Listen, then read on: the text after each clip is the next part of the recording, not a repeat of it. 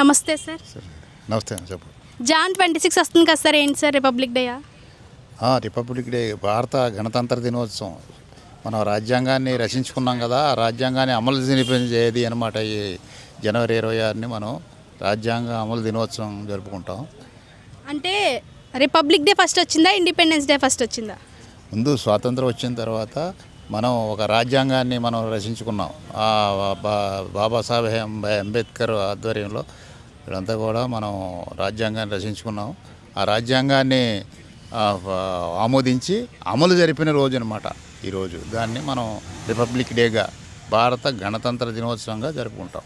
మరి ఆగస్ట్ 15 ఏంటి sir? August 15 మనకి బ్రిటిషు వాళ్ళ దగ్గర నుంచి స్వాతంత్రం మనకు వచ్చి 1947 ఆగస్టు 15వ తారీఖు అర్ధరాత్రి మనకు స్వాతంత్రం వచ్చింది. ఆ రోజు మన బ్రిటిషు జెండాని దింపి మన త్రివర్ణ పతాకాన్ని మనం ఎగరవేసాం అనమాట. అది భారత రాజ్యాంగం అమల్లోకి వచ్చింది కదా సార్, భారత రాజ్యాంగం గురించి మీకు ఏమైనా తెలుసా మీ మాటల్లో? భారత రాజ్యాంగం లిఖిత రాజ్యాంగం ఏదైతే మొత్తం అంతా కూడా బ్రిటిష్ నుంచి మన తీసుకొచ్చి 4-5 దేశాల నుంచి మనం ఆ రాజ్యాంగాన్ని చదివి దాంట్లో ఉన్న మంచి పాయింట్లన్నీ కూడా మనం పెట్టుకొని మన భారత రాజ్యాంగాన్ని లిఖిత రాజ్యాంగంగా మనం తెచ్చుకున్నాం.